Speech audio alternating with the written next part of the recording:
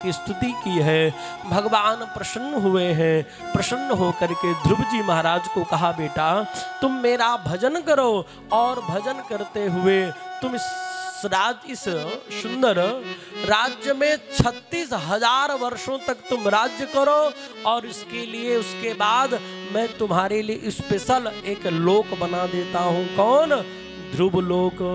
और आज भी ध्रुव तारा जो नजर आता है वो ध्रुव लोक ही है। भगवान ने ध्रुव जी के लिए अलग से एक लोक का निर्माण कर दिया। ये भगवान की कृपा है। अपने भक्तों को हर प्रकार से कृपा करते रहते हैं। भगवान तो कहते ही हैं, मैं भक्तन को दास भगत मोरो मुकुट मणि। ऐसे भगवान परम दयालु हैं। वृंदावन बिहारी लाल की जय। जय जय श्री राधे श्याम। सुंदर एक भजन का आनंद लेते हैं, आगे की कथा में प्रवेश करेंगे। आज कथा तो अभी बहुत सारी है। आज नरसिंह भगवान को भी आना है और नरसिंह भगवान की झांकी भी तैयार है, इसलिए वहां तक तो पहुंचना ही पहुंचना है। तो सुंदर दिव्य छोटा सा 2 लाइन का भजन श्रवण करते हुए अपन आगे की कथा की ओर बढ़ते हैं। करिए सेवा ओम नमो भगवते वासुदेवा। करिए सेवा ओम नमो भगवते वासुदेवा। अच्युतम केशवम दामोदरम। अच्युतम केशवम कृष्ण दामोदरम। राम नारायणम जानकी वल्लभम।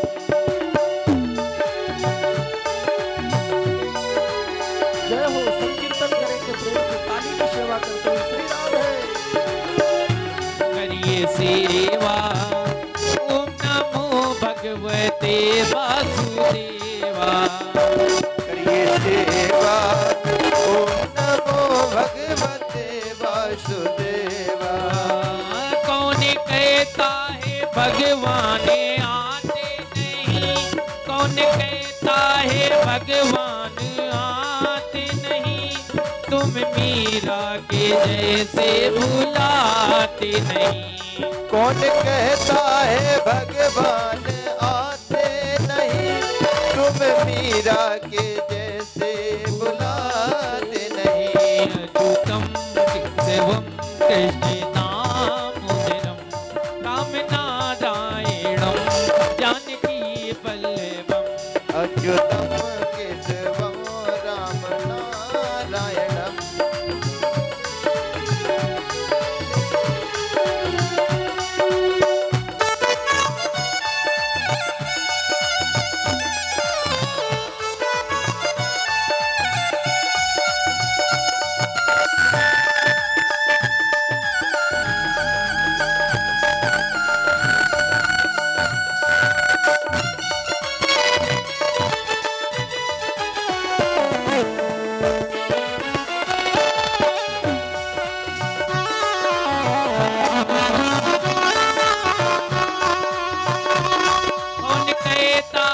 भगवान खाते नहीं। फिर सबरी के जैसे खिलाते नहीं। कौन कहता है भगवान खाते नहीं। फिर सबरी के जैसे खिलाते नहीं। अच्युतम केशवम कृष्ण दामोदरम। राम नारायणम जानकी वल्लभम। अच्युतम केशवम दामोदरम। राम नारायणम जानकी वल्लभम। करिए सेवा करिए सेवा। और एक बार सभी लोग अपने अपने हाथ उठाकर कहेंगे, करिए सेवा ओम नमो भगवते वासुदेवा। करिए सेवा ओम नमो भगवते वासुदेवा। करिए सेवा ओम नमो भगवते वासुदेवा। अच्युतम केशवम कृष्ण दामोदरम। राम नारायणम जानकी बलवं अच्युतं केशवं दामोदरं रामे नारायणं जानकी वल्लभं करिए सेवा। ओम नमो भगवते वासुदेवा, ओम नमो भगवते वासुदेवा, ओम नमो भगवते वासुदेवा। वृंदावन बिहारी लाल की जय हो। जय जय श्री राधे श्याम। महाराज सुंदर मंगलमय वर्णन करते हैं श्री सुखदेव जी महाराज। अब घड़ी तो ऐसे भागती है कि क्या कहें। वैसे सबको एक बात की शिकायत तो रहती है कि महाराज जी की कथा जब चलती है तो लेट ही होता ही है। अब क्या करें, कथा ही इतनी है, दूसरा भी संवाद नहीं बोलते हैं कि चलिए इधर उधर की कथा बोल रहे हो, तो उन कथाओं में समय जा रहा है। पर कथा ही इतनी सारी है कि उसको ये छोड़ा कैसे जाए। तो जब कथा होगी तो थोड़ा सा समय तो लगेगा ही है। वृंदावन बिहारी लाल की जय हो। सुंदर दिव्य महाराज वर्णन करते हैं। मनु जी महाराज के बड़े पुत्र थे, नाम था प्रियव्रत जी महाराज। और प्रियव्रत जी महाराज जंगल में थे।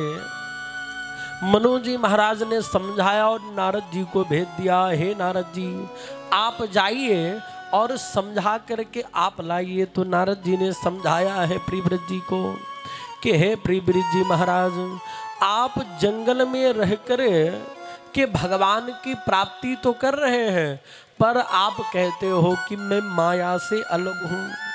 भैया आप संसार में रहो और संसार में रह करके फिर कहो कि मैं माया से अलग हूँ, तब तो ठीक है। पर आप जंगल में रह रहे हो फिर कह रहे हो कि मैं माया से अलग हूँ, ये ठीक नहीं है।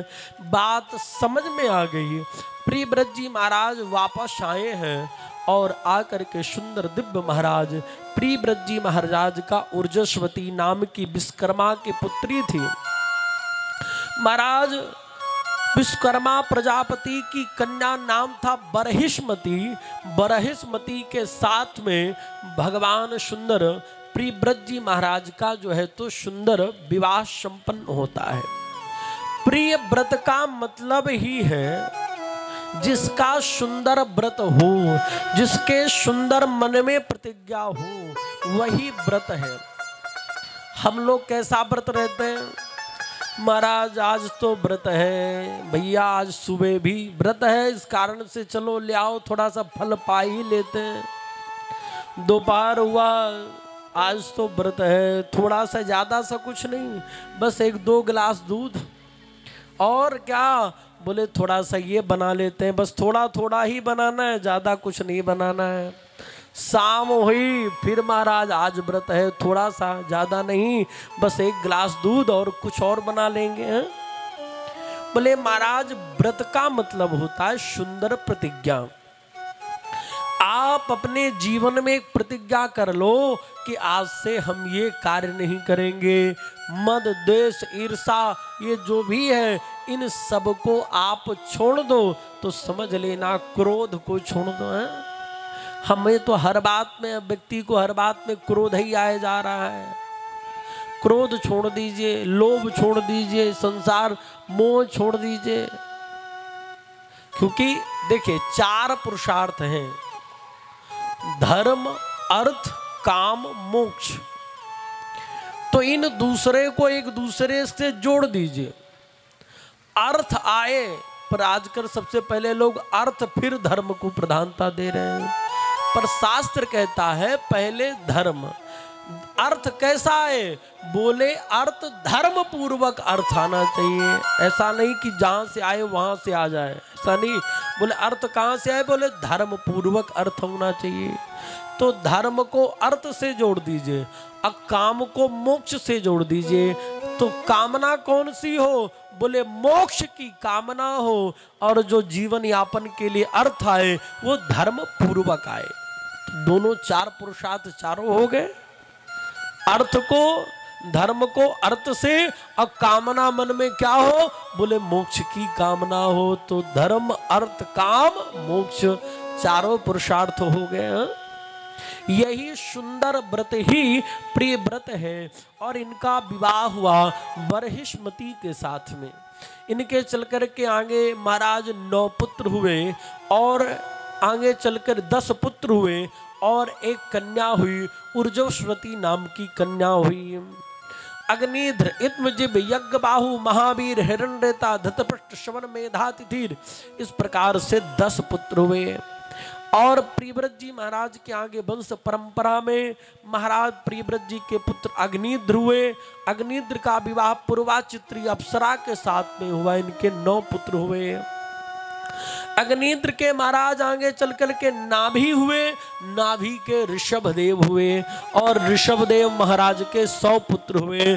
और 100 पुत्रों में से सबसे बड़े थे महाराज भरत जी महाराज। भरत जी सबसे बड़े थे। और महाराज 81 जो पुत्र हैं, 81 पुत्र जो है तो सन्यासी हो गए। और महाराज एक जयंती नाम की कन्या भी थी। और इस प्रकार से सुंदर इनका विवाह हुआ। ऋषभदेव जी का जयंती नाम की कन्या से इनका विवाह हुआ। इनके 100 पुत्र हुए। 81 पुत्र जो है तो जंगल में भजन करने के लिए चले गए। बाकियों को राज्य देते हुए भरत जी महाराज सबसे बड़े थे और भरत जी को राजगद्दी प्रदान कर दी गई। और भरत जी को राजगद्दी जब मिल गई तो सुंदर दिव्य महाराज भरत जी महाराज भी कालांतर में राजगद्दी छोड़ करके सुंदर अपने पुत्र को राजगद्दी दे करके चले गए। कहाँ? नेपाल में गंडकी नदी के तट में। कथा आप सबको पता ही है कि गंडकी नदी में गए हैं और महाराज वहां नित्य 1000 गायत्री मंत्र का जप किया करते थे। और जप करते हुए अपना जीवन निर्वाहन कर रहे थे। एक दिन क्या हुआ कि एक गर्भवती मृगी थी, उसने छलांग लगाया। जल पीने के लिए आई है और सिंह ने दहाड़ लगाया। और जैसे सिंह की ने दहाड़ लगाया वैसे उस मृगी ने छलांग लगा दिया। गर्भवती थी, उसका प्रसव हो गया। जो मृग शावक था वो नदी में बह करके जा रहा था। उसी समय भरत जी देखते हैं, छलांग लगाए, उस मृगी के बच्चे को बचाया और उसको आश्रम में रख लिया। उसी के पालन पोषण में ही सारा समय जाने लग गया। अब जो 1000 माला करते थे वो धीरे धीरे 100 माले में आ गए। धीरे धीरे 1-2 माले में आ गए। महाराज एक दिन जो मृग शावक था उसने विचार किया, देखा मृगों का झुंड आया। उसने देखा भैया बाबा जी के तो दाढ़ी मूछ है, मेरे तो कुछ नहीं है। बोले बाबा जी मेरी जाति के नहीं है। बोले मेरे सजाति के तो ये मृग हैं। महाराज उनके झुंड में चला गया। मृग की याद में भरत जी मरे। अगला जन्म उनको मृग ही मिला और मृग बन करके कलिंजर पर्वत जो है, कलिंजर किला, वहीं पर मृग बन करके प्रकट हुए। एक दिन जंगल में आग लगी और उन्होंने शरीर छोड़ा। अगला जन्म मिला एक ब्राह्मण के देवता के यहाँ। पंडित जी महाराज पूजन पाठ कराते, उनके यहाँ इनका जन्म मिला। पंडित जी महाराज गायत्री मंत्र पढ़ाते पढ़ाते थक गए, पर महाराज गायत्री मंत्र नहीं सीखे। क्यों? बोले इसलिए नहीं सीखे कि आज गायत्री मंत्र सिखा रहे हैं, कल कहेंगे भैया मेरी चिलाई है आप ले लो। हाँ, गड़ा नामता भी पढ़ाएंगे, जाओ पंडिताई कराने जाओ। बोले भैया ये काम हमको नहीं करना है। और वैसे भी आजकल जितने भी बड़े पंडित जी जो भी हों, पर महाराज बच्चे उनके पंडिताई बहुत कम ही पढ़ रहे हैं, अलग अलग दूसरी जगह भेज रहे हैं। तो महाराज ये भी चाह तो रहे कि पढ़ें, पर बच्चा ही भरत जी ही नहीं पढ़ना चाह रहे हैं। बोले भैया जाएंगे जजमानों के यहाँ पंडिताई कराना पड़ेगा, और जब पूजा कराएंगे उनके कर्म भी कराएंगे, सारी चीजें उनके पाप को भी ढोना पड़ेगा। इसलिए भैया हम नहीं कर जाएंगे। इसलिए जीवन में कभी पिताजी को कुछ सुनाया ही नहीं। इसलिए पिताजी ने कहा कि भरत नहीं, इसका नाम जड़ भरत पड़ गया। नाम पड़ा जड़ भरत। महाराज पिताजी का देहांत हो गया, इधर भैया और भाभी के साथ में रहने लग गए। अब महाराज भाभियां कुछ दिन ध्यान रखी, बोले कुछ काम धाम करता नहीं है, इसलिए क्या करो, बोले इसको खेत में ले जाओ। कथा आप सबको पता ही है, चिड़ियों को भगाने लग गए, ये भगाते नहीं थे, बाकी भाई भगाते महाराज, पर ये नहीं भगाते। बोले राम की चिड़िया है और राम का ही खेत है। बोले भैया प्रेम से पाओ, कोई बात नहीं है। भाइयों ने कहा ये किसी काम का नहीं है, काम का न काज का, दुश्मन अनाज का है। तो महाराज जब काम के नहीं होते तो भैया घर वाले भी बाहर कर देते हैं। अब भाभी क्या करने लग गई, भाभियां बड़े परेशान। भाभियों को सबसे ज्यादा परेशानी इस बात की थी, महाराज भाभियां कहती अपने स्वामी को हम बादाम का हलवा खिलाते हैं, अपने पति देवता को, इनको चोकर की रोटी मैं इसको बना बना के खिलाती हूँ, फिर भी हमारे स्वामी 1.5 हड्डी के चोकर की रोटी खा के महाराज मोटा तगड़ा हो रखा है, और कोई कष्ट नहीं, इस बात का ज्यादा कष्ट रहता है भाभियों को। महाराज कालांतर में घर से सबने अंतोगत्वा घर से भी निकाल दिया गया। महाराज एक सुंदर वर्णन करते हैं कि महाराज एक डाकू था, उसने भद्रकाली को बलि देने के लिए विचार बनाया था कि हे भद्रकाली यदि मेरे पुत्र हो जाएगा तो मैं एक नर बलि दूंगा। महाराज एक को पकड़ लाए थे पर उसकी उंगलियां कटी थी, इस वजह से उसको छोड़ दिया गया। बोले अब किसको पकड़ो, बोले भरत जी महाराज मिल गए बाहर और डाकुओं ने इनको पकड़ लिया। अब पकड़ करके बोले ये ठीक है, हट्टे कट्टे मोटे तगड़े हैं, बलि अच्छी रहेगी। और महाराज ले गए, और ले जाने के बाद बढ़िया मुंडन संस्कार कराए, खिलाए पिलाए मालपुआ, और जब बलि के लिए मुंडी नीचे झुकाए तो भरत जी ने कहा ये क्या कर रहे हो। बोले अभी मालपुआ खाए तब नहीं पूछे कि क्या कर रहे हो, अब बलि के लिए पूछ रहे कि क्या कर रहे हो। महाराज जैसे ही मारने के लिए किए, उन्होंने गर्दन नीचे झुका दी। भद्रकाली समझ गई कि ब्रह्मज्ञानी की बलि होने जा रही है, इसलिए महाराज चंडिका ग्रहमुपनित्याहुर मुदा विकसित वदना, भद्रकाली प्रकट हुए, समस्त डाकुओं को मार करके भगा दी, तलवार छीन ली, सबको मारी। ये वहां से निकल करके बाहर गए, और जब बाहर गए तो वहां बाहर जाते हैं तो वहीं पर एक सिंध सौवीर देश का नाम का राजा था, नाम था राजा रहुगण। और रहुगण महाराज नित्य कपिल भगवान का सत्संग करने जाया करता था। पर महाराज एक दिन इसकी पालकी का जो है तो खराब हो गया। एक पालकी का जो सेवक था उसको बुखार आ गई, और जब बुखार आ गई तो उसने कहा भैया किसी को भी पकड़ लो, किसी को भी पकड़ लो, सेवा में लगा लो। और महाराज ये सेवा तो करा लेता था पर सेवा का किसी को पारिश्रमिक नहीं देता था। वो कहता अरे तुम अपना सौभाग्य समझो कि तुम राजा की सेवा में आए हो, अब पारिश्रमिक क्या लेना है, राजा की सेवा कर रहे हो, अब क्या पारिश्रमिक लेना है। महाराज लगा दिया, और जैसे ही पालकी आगे जा रही थी, राजा रहुगण पालकी के अंदर बैठा था। महाराज पर ये जा रहे हैं, पर ये नीचे देखते हुए जा रहे हैं। अभिमानी पुरुष ऊपर देख के चलता है, पर जो भगवान का भक्त पुरुष होता है महाराज वो नीचे देख करके चलता है। ये नीचे देख करके चल रहे थे, चीटी मटाए छलांग लगा जाए। जब छलांग लगाएगा पालकी चलाने वाला तो पालकी में बैठने वाले के सर पे लगती खट खट, महाराज लगती हालत खराब। उसने कहा लगता है तू बहुत दुबला पतला है, इसलिए तू इस प्रकार से चला रहा है पालकी। आगे बढ़े, फिर लग गया उसके सर पे। उसने कहा अरे नीचे, कहता अरे तुम बहुत दुबले पतले हो लगता है, मैं तुम्हें दंड दूंगा, मैं तुम्हें मारूंगा। आज पहली बार भरत जी महाराज बोले हैं, जड़ भरत जी। उन्होंने कहा राजन तुम किसको दंड दोगे, शरीर को दोगे कि आत्मा को दंड दोगे। राजा रहुगण सोचता है कि भैया ये ब्रह्म ज्ञानियों वाली बात कौन करने लग गया। नीचे देखा तो नीचे देखता है तो जड़ भरत जी के शरीर में यज्ञोपवीत पड़ी हुई थी। यज्ञोपवीत देख करके महाराज सीधे छलांग लगा के नीचे कूद गया। कहा महाराज आप कौन हैं? उन्होंने कहा क्या हुआ? बोले महाराज मैं किसी और से नहीं डरता पर मैं ब्राह्मण से डरता हूँ, और आप सात्विक ब्राह्मण हैं, वेद पाठी ब्राह्मण नजर आते हैं। महाराज इस प्रकार से क्षमा याचना मांगने लग गया। उन्होंने कहा महाराज आप कह रहे थे कि न शरीर को कष्ट होता है, कष्ट तो शरीर को होता, आत्मा को कोई कष्ट नहीं होता।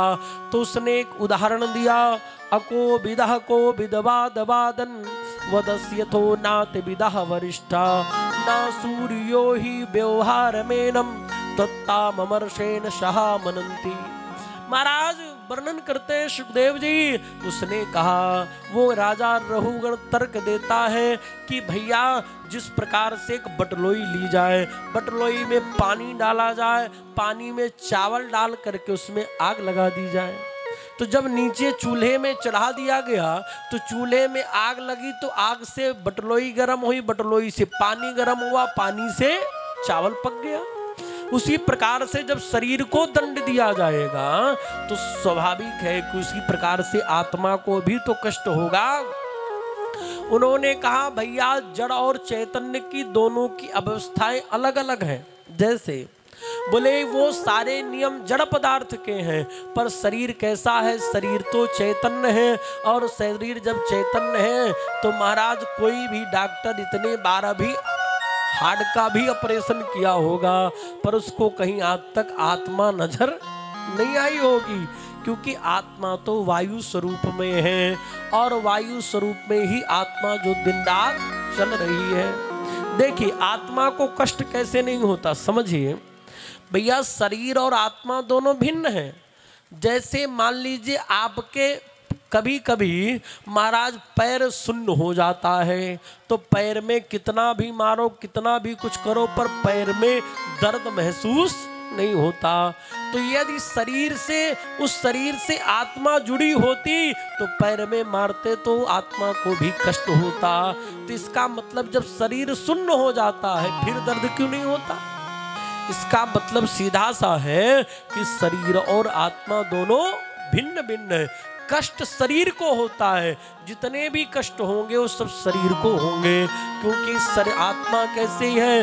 नैनम छिन्नन्ति शास्त्राणि नैनम दहति पावका। बोले महाराज न आत्मा जलती है, न मरती है, न उसको कष्ट होता है, न छोटी है, न बड़ी है, न सूखती, जो कुछ भी नहीं होता। आत्मा तो अजर और अमर है। इस प्रकार से मंगलमय सुंदर दिव्य उपदेश दिया है। राजा रहुगण चरणों में आकर के गिर गया और सुंदर भवाटवी का मंगलमय सुंदर दिव्य उपदेश दिया है। आगे चल कर के महाराज राजा परीक्षित नरकों के बारे में पूछते हैं। आप लोग थोड़ा सा थोड़ी देर धैर्य और धारण करें, बस थोड़ी देर में ही स्टेशन में पहुंचने वाले हैं। मतलब भगवान की जो कथा चल रही है उस कथा में जो है तो विश्राम की ओर पहुंचने वाले हैं। बस थोड़ी देर और धैर्य धारण करें। बोले वृंदावन बिहारी लाल की जय हो। जय जय श्री राधे श्याम। महाराज आगे चल कर के राजा परीक्षित ने पूछा, हे सुखदेव भगवान, हमने सुना है कि नरक भी होते हैं। वो नरक कितने प्रकार के हैं, कौन कौन से नरक हैं, उन नरकों के बारे में हमें बताइए। महाराज वैसे नरकों के बारे में सभी को सुनना ही चाहिए, क्योंकि ये भी यही पूछते हैं, क्योंकि कोई ना कोई जीव अपराध कर ही लेता है। तो उन्होंने कहा महाराज कितने प्रकार के नरक हैं? तो उन्होंने कहा 28 प्रकार के मुख्य रूप से नरक हैं। वैसे गरुड़ पुराण में तो 128 प्रकार के नरकों का वर्णन है, पर विशेष 28 प्रकार के नरक हैं। कौन कौन से? तामिस, अंध तामिस, रौरव, महारौरव, कुंभीपाक, कालसूत्र, असिपत्रमन, सूकर मुख, अंधकूप, क्रमिभोज, संद्र, सप्तमूर्ति, वज्रकंटक, बैतरणी, पयोद। इस प्रकार से 28 प्रकार के नरक हैं। महाराज सबसे पहला नरक है तामिस्त्र। तामिस नरक में कौन जीव जाता है? जो व्यक्ति दूसरे का धन हरण करता है, और दूसरे के बहन बेटियों पे गलत दृष्टि रखता है, वह तामिश नामक नरक में गिरता है। यमदूत उसे काल सूत्र में बांध करके बलात् महाराज गिरा देते हैं और उसे महाराज भोजन पानी कुछ नहीं मिलता और लाठियों से पीटा जाता है महाराज। ऐसा तामिश नरक है। आगे चल करके अंध तामिश नरक है, जो महाराज सुंदर इस प्रकार से जो अहंकार और ममतावश प्राणियों से द्रोह करता है, ऐसे व्यक्ति को महाराज भूरि भृंग नामक नरक में गिरा दिया जाता है। वहां पर बड़े बड़े कीड़े उसके मांस को नोचते रहते हैं। आगे चल करके महाराज कुंभी पाक, जो अपने पेट के लिए जीवित पशु पक्षियों की हत्या करता है। भैया, अपनी जिह्वा के स्वाद के लिए जो व्यक्ति मारता है, जीवों की हत्या करता है, ऐसे व्यक्ति, हृदयहीन व्यक्ति को, राक्षस प्रवृत्ति वाले व्यक्ति को यमदूत खौलती हुई कड़ाही में डाल करके पकौड़े की तरह महाराज उसको तलते रहते हैं। मर तो सकता नहीं, कष्ट होता, वो चिल्लाता रहता है। भाई मर नहीं सकता, न जल ही सकता है, हाँ कष्ट जरूर होता है उसको, तो चिल्लाता रहता है। इसलिए भैया उठपटांग खाना पीना नहीं चाहिए। आगे चल करके महाराज जो धर्म का परित्याग करके पाखंड का आश्रय लेता है, उसे महाराज अश्वपत्रवन नामक नरक में गिराते हैं। वहां पर तीक्ष्ण धार से पत्तों से कट करके व्यक्ति गिरता है। आगे चल करके महाराज यहाँ तो बार बार वही फिर मच्छर, खटमल,